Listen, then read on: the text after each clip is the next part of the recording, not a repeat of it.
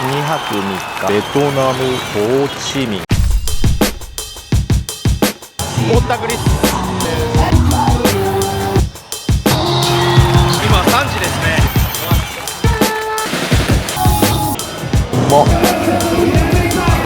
人口約1億人、東南アジアに位置する国です。そして今回の舞台はかつてサイゴンと呼ばれていたホーチミン。今回の旅でやらなきゃよかったことトップ5。第5位、ホーチミンだけなら3日が限界。実はそんなに回るところがない。第4位、4がしすぎた2日なら少額でいいですよ。クレジットカードもたくさん使います。第3位、メコンツアーとトンネルツアー1日で行った方がいいです。第2位、ポートバイミー、毎日さすがに飽きます。個人的感想。そして第1位、リゾートへ行ってもよかったかもしんない。というか、こんな裏路地の中にレストランでしょ。あんな食堂があるなんてね。一発目の食事です。うまそう。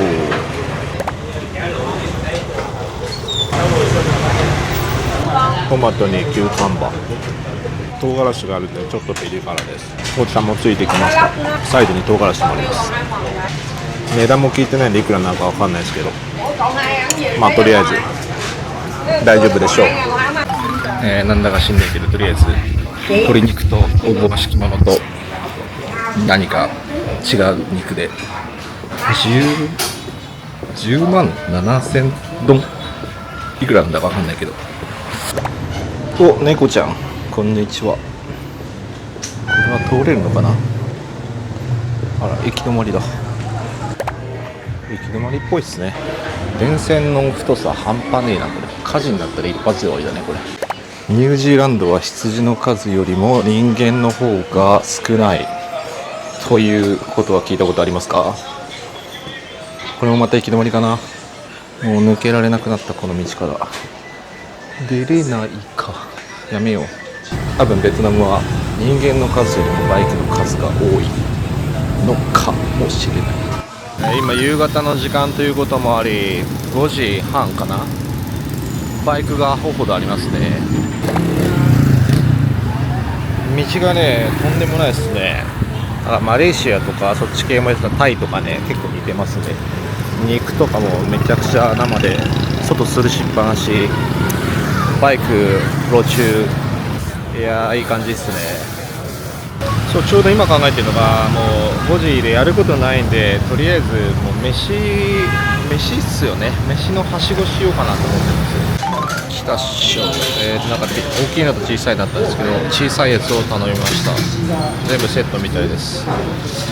店内の雰囲気は福岡の長浜ラーメンみたいな中の雰囲気です。いただきます。あっさりスープめちゃくちゃ美味しい。なんか思ってたより味がしっかりしてて牛の味がしますね。しっかり。ちなみにフォーのお店はあそこですね。いやマジバイク半端ねえっすね。でもこの状況多分ベトナム人にとってめちゃくちゃ毎日普通のことだからなんとも思わないだろうけど、まあ日本人みたいな観光客が来ると多分信号渡れない人ワンチャンいるんじゃないのかな。なんか信号ないからね。ガンガン行くしかないっしょ。俺はガンガン行かないと多分ね歩けないっす。そう、一個面白いことに気づいたんですけど、こんだけバイクいてこんだけアホみたいにノーヘルで乗っかってんのに救急車一回もすれ違ってないんですよね。面白いことに救急車ね一回も見てない。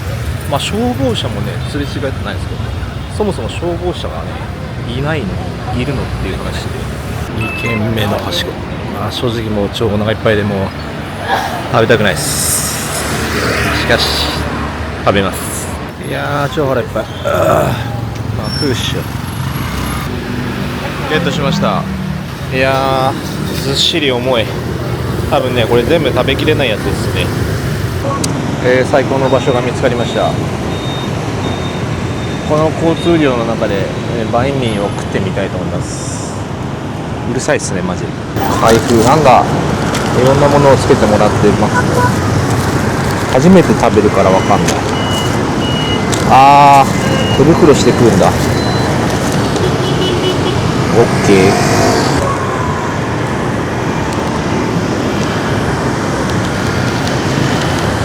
やば。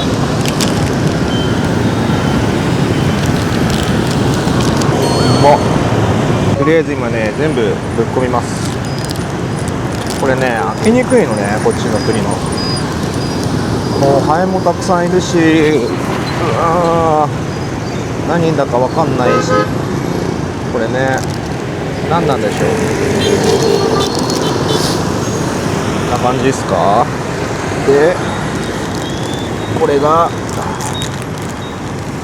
キュウリ。これねマジでねこっちの国のやつね開かないのこれ。さっきもねなんかホテルのやつで同じようなやつあったんですけどね、めっちゃ開きにくくて。いやーキュウリ食べたいっしょ。キュウリ食べたいけど開かない。開けないます。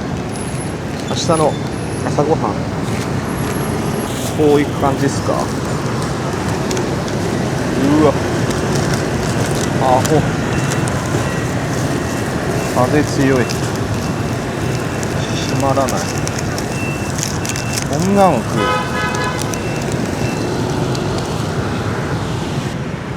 食べ歩きしよう。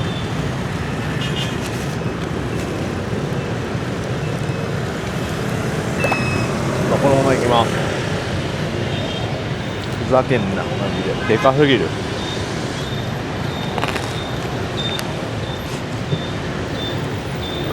なんか肉なのかコンビーフなのかよく分かんない。受ける家系がここにありました。多分歌舞伎町みたいな感じでしょうね。この辺はタイのカオサンロード的な感じかな。さっきお昼に来た時と全然人の流れが違いますね。なるほど。後でちょっと荷物これ置いてからまたここで来てみようと思います。2026年の7月の後半です。今年1月のモルドバ以来の撮影ですね。また夜です。なんか毎回恒例になってるんですけど、昼撮っても多分面白くないんですよね。なんかミュージアムとか歴史とか観光地って多分他の YouTuber の人めっちゃやってると思うんですよね。なのであえてここは夜攻めようと思って最近上げてるんですけれども、なんとかして、いろんなバーとりあえず回ってみて、今日月曜日なんで多分あんま人いないと思うんですけど行ってみます。初め行くのが、ルーフトップバーで、その後に、何軒か回ってみたいと思います。よし頑張ります。去年の夏、クロアチア地獄の5日間クラブ連続で通うやつやったんですけど、あれ正直マジでめちゃくちゃきつくて、あれはマジで体力めちゃくちゃ必要だったんですけど、今年の夏またヨーロッパ考えてるんですけど、ちょっとあの手のやつはもう一回パスしようかなと思ってます。アジアの方が多分近いんで、今日も東京から結局6時間で着いたんで、深夜の便に乗って朝ベトナムに着いたんですよね。なので多分アジアの方がやっぱ東京から近いから体的には楽なんですよね。でも正直言うと夏のヨーロッパのビーチの方が好きっていうのもあるので、そっちの方を主にやりたいんですけど、だからちょっと今なんか東京でなんかこうなんかできるネタ今探してて作ってますね。なんかもしいい、提案あったらぜひ教えてください。なんかここも結局なんかタイのカオサンロードみたいな感じですよね。観光客の人も同じようなヨーロッパの人たち、家族連れが多くて、ストリートフードがあってバイクガンガン乗ってるみたいな感じですね。いやーテンション上がんないですね。とりあえずなんか一回静かなところで一回ビールを飲んでゆっくりしてから、あっちの混んでるところ行ってみようと思ってます。確かこのビルかな、ルーフトップバーザ・ビュー8フロア、多分ここかな。ちょっと行ってみたいと思います。多分ここのビルみたいですね。エレベーターで8階ですね。さっきのビル奥まで行くとエレベーターがあります。勝手に乗って行っちゃっていいみたいです。ビールは全部ローカルのビールらしいです。小さいのが89、119、490。なるほど。眺めはこんな感じです。ヨーロッパのお客さんしかいないですね。下見えますか？めっちゃ混んでるあそこ。後で行こうと思います。ここが今上段で、この下にももう一段フロアがあるみたいですね。お疲れ様です。うまこれ。なんかビールっていうより発泡酒、なんかフルーティーな感じですね。これめっちゃうま。今からあそこら辺行ってみようと思います。ルーフトップバーめっちゃいいです。カップルファミリーおすすめです。めっちゃ静か。今日月曜日。はい、次ですね。次今ルーフトップバー1軒目です。ビールが98ぐらいかな。いくらかよく分かりません。次2軒目行ってみたいと思います。2軒目の場所がなんかカオサンロードみたいな、あそこのさっきの店でしょ。あそこに行ってみたいと思います。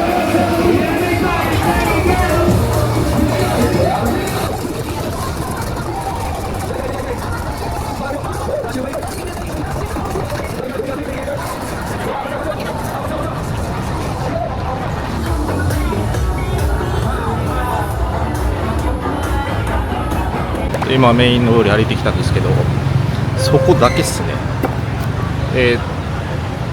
一本の道それたらもう他なんもない。逆になんか平和なレストランというかカフェがあったりとか、あそこの道だけが極端に音楽ガンガンでピカピカみたいな。で観光客はどこ行っていいか分かんないから、なんか適当に引っ張られてとか入ってくみたいな感じですね。まあ多分2日ぐらい通えばどこがいい店とかなんか分かると思うんですけど、まあ多分今日1日だけで完結させようと思ってるんで、まあいろいろ回ってみますが、今何時だ？今ちょうど10時半か11時ぐらいですね。なので回ってみるだけの価値はあるのか見てみたいと思います。あとで交通量めちゃくちゃ多いですね。酔っ払った人とか気をつけた方がいいですね。さっきのなんかめちゃくちゃなんとか通りにもめっちゃ車とバイク入ってくるし、いやなんで入ってくるのって感じなんだけどね。ブロックさせればいいんですけどね。ロストインサイゴントイレめっちゃ狭い。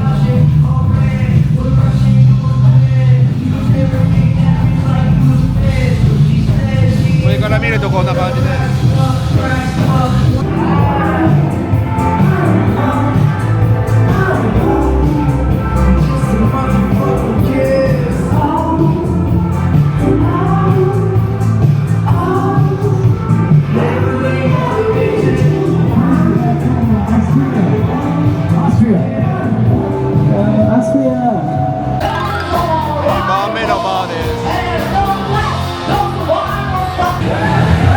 バンドがあってめっちゃいいっすね。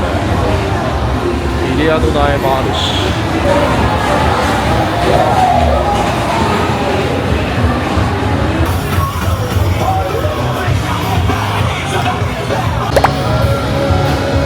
多分1時ぐらいです今。月曜日、まあ火曜日ですけど。いやマジでタイのカオサンロード一緒だね。まあつうかこの店しかない、この道しかないから。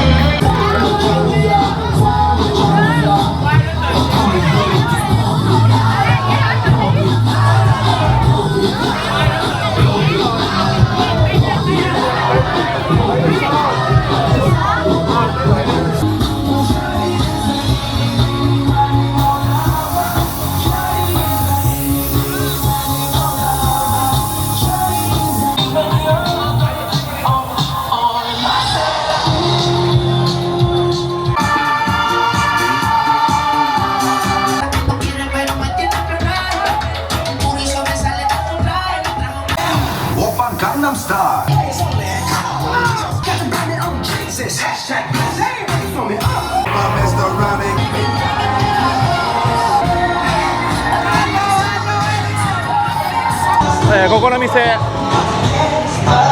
ぼったくりっす。今、大きいお金で払ったらば、現金を取られました。でもちゃんともう紹介してもらって今3時ですね。今朝の3時です。まあ人通りだいぶ少なくなってきました。あそこのぼったくりバー、日本人の人気をつけた方がいいです。この時間はどうなってるのかちょっと見てみましょうか。ここが多分クラブみたいですね。まあ月曜日だから多分この時間帯はどこのお店も静かだと思いますけど、ここさっきいたんですけど、ゴミ今閉まっちゃいました。結論、平日多分3時、2時3時以降は多分どこのバーもクラブもすごい閉まってると思います。ここの Hair of the Dog Club、 ここも多分有名なとこだけど、今外から見る限りではお客さん本当に全然いないです。このなんか溜まってるこの後ろの女の子たちも意味わかんない。みんなここに密集してる感じ。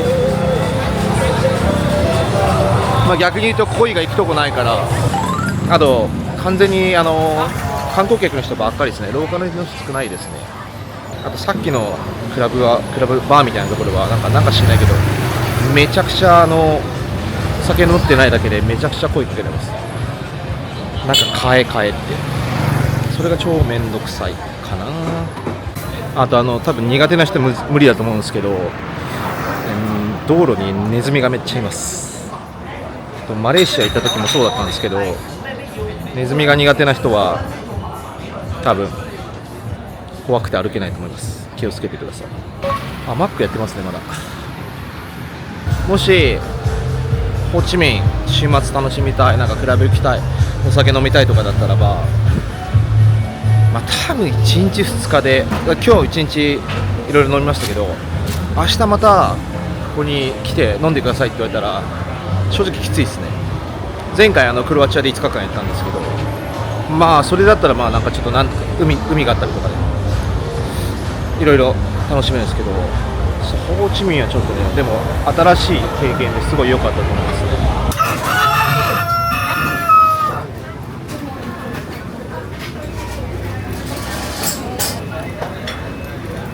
2日目です。眠い。昨日いた場所、ここですね。全然ないと。昼と夜全然違うでしょ。どうなんですかね。正直あんまり1日でいいかな。多分今日の夜はもう疲れたんで来ないかな。特徴としては、現金払い、カードも使えるんですけど、カードで例えば、17万ドン、ウイスキーのショットが17000で17万ドンですね。で、カードで使うときはプラス2万ドンとかわかんないけど、プラスでトップアップされたりとかしてます。で、まあ、大体200ぐらい、じゃあ20万ドンか。で、現金だと、お金を抜いてきたりとか、お釣りをくれないとかわけのわかんないやつもいるんで、まあ、全然なんかこうリラックスして飲めないし楽しくないかなっていう、そこら辺は思いましたね。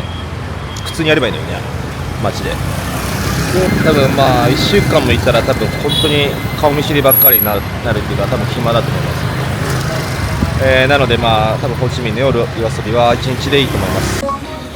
ベトナムに来て逆にマックスね。ちなみにこのコーヒー1杯が4万9000ドンですね。で、さっきの方が、9万7000とか8000、まあ大体そのくらいの感じです。だからコーヒー2杯、マックのコーヒー2杯でフォーが1杯みたいな、そのぐらいの感じのお金感覚だと思います。だからそれの、フォーが2杯分がさっきの昨日の夜の飲み屋街のドリンク1杯の価格みたいな感じですかね。ココイチまで日本企業すごいっすね。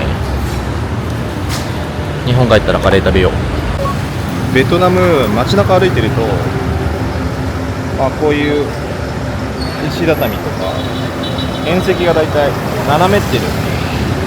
ここも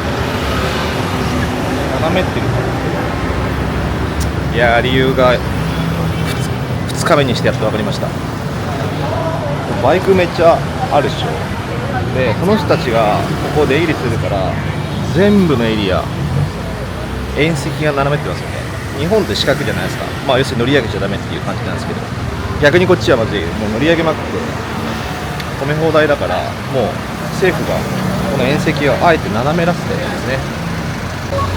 でここが多分、有名なマーケットだと思いますが、今もう12時なんで時間がないんでちょっと軽く場所だけ確認して今から、集合場所に行って、ここは夜にトラブル発生です。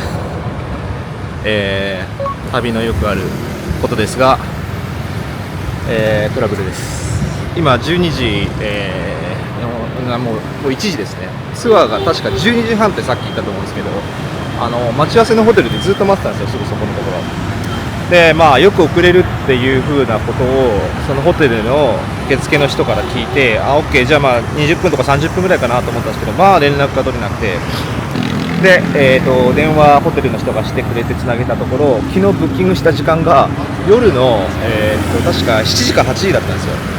PM ですね。で、その時間にアップデートされてなかったようで、私の予約が、ミスされてました。要するにアップデートされてなかったので、私は、入っていないということになってました。なので、今日一日まるまる暇になりました。マジ最悪。暇すぎて今日ツアー予約したのに、それに、入れないということになりました。なので、切り替えて今まだ、1時なので、明日のツアー、メコンデルタツアーと、あとそのトンネルのツアーが一気にまとまったやつが7時半から出てるらしいんで、もうそれ入っちゃいます。で、明日の11時の、帰りのフライトでまでだいたいなんか12時間ぐらい、でツアーが終了するっていうことなので、とりあえずそれでやっていきます。まあということで結局戻ってきてしまいましたが、そう、2026年モルドバ行って、ちょうど冬だってめちゃくちゃ寒い時だったんですけど、あそこで行った市場マーケット、よりでかいっすね多分ね。この見た感じ分かります？天井がめっちゃ上まである感じで、あとね暑いっすね。空調が多分ね効いてない、扇風機がなんか数台あるぐらいでめっちゃ暑いっすね。多分ここね本当に20分か30分歩けば、多分別に何も買い物なければいいと思いますね。はい、もう出てきました。なんとなくざっくり分かりました。今正味、5分ぐらい歩いたんだけど、まあそんな感じですよね。わ、すごいルイ・ヴィトンが売ってますね。いやー、高級品ばっかりですね。コーヒー大丈夫です、ありがとう。結構ね日本語喋れる人、なんか適当に話しかけてくる人ですね。そっか、確かにねベトナムはねコーヒー有名ですもんね。松屋がありますね。でちょっと歩いて右に行くと焼肉ライク、わざわざベトナム来て焼肉ライク食べなくてもいいんですけど、フィリピン、インドネシア、タイ、中国、せっかくベトナム来たからねベトナム料理食べたいんですけどね。やばい、めっちゃ雨降ってきました。どうしましょう、傘持ってない。ここは郵便局でしょうね。めっちゃ人いるんで中に入ります。涼しくない。とりあえずこれを買いました。郵便局を正面にして左手にこんな感じのものがあります。本屋さんがたくさんあるのかな、なんかわかんないけど、とりあえず一番左のやつを頼みました。ちょっと恐ろしいぐらいベトベトっすね。Thank you。 パンもついてきます。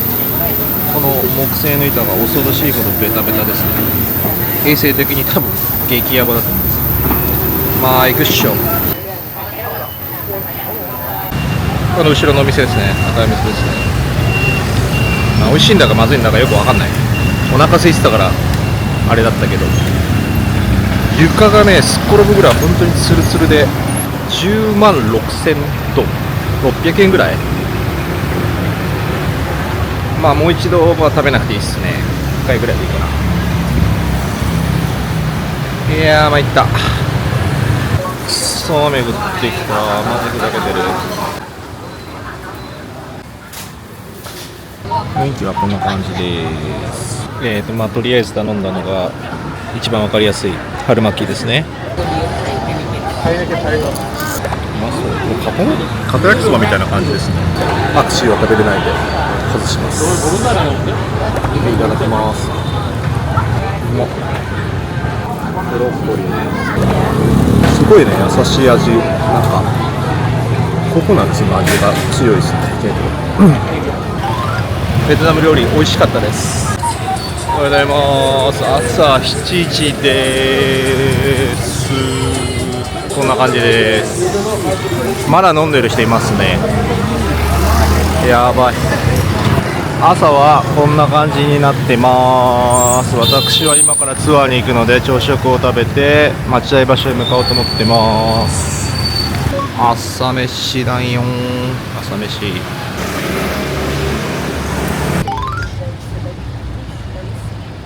今口トンネルのツアー着きました。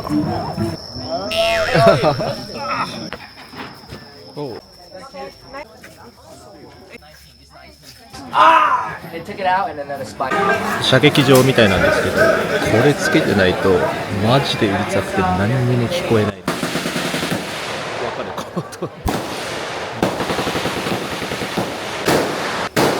こは軍が運営してる。休憩。You break a small one. You break it because it's very dry. お昼ご飯みたいです。今メコンデルタのツアー出発地点です。着きました。今我々はここにいます。ここからボートに乗って回るらしいです。めっちゃ雨。ちょっと外見てみましょうか。たまたまね、これ折りたたみ傘持ってきたけどボート漕いだりするみたいなんで、多分カッパが必要なのかな。レインコートが必要みたいです。1万ドン。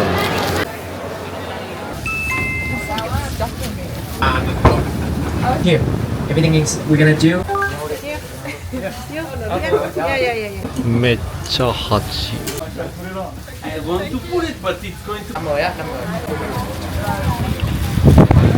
This see the pollen from the flower. This one good for your liver and stomach.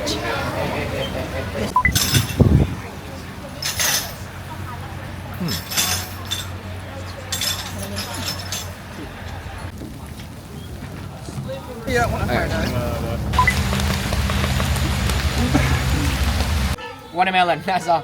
Yeah, if you have a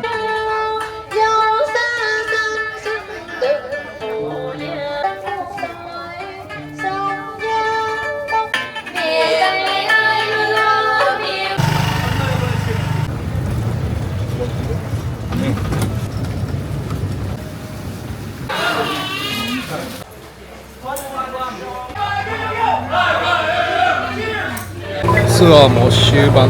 多分これ今4時か5時なんで多分終わりだと思います。ぐるっと一周回って、ここは後ろがココナッツの工場みたいです。まあでもここからの眺めめちゃくちゃ綺麗ですね。雨も上がって。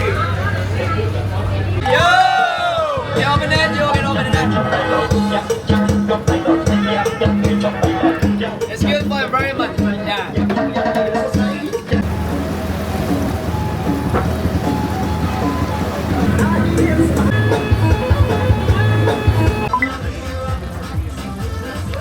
1日ツアーとしてはめちゃくちゃ充実しているツアーだと思います。今から空港に戻ります。間に合うでしょうか。11時の便ですね。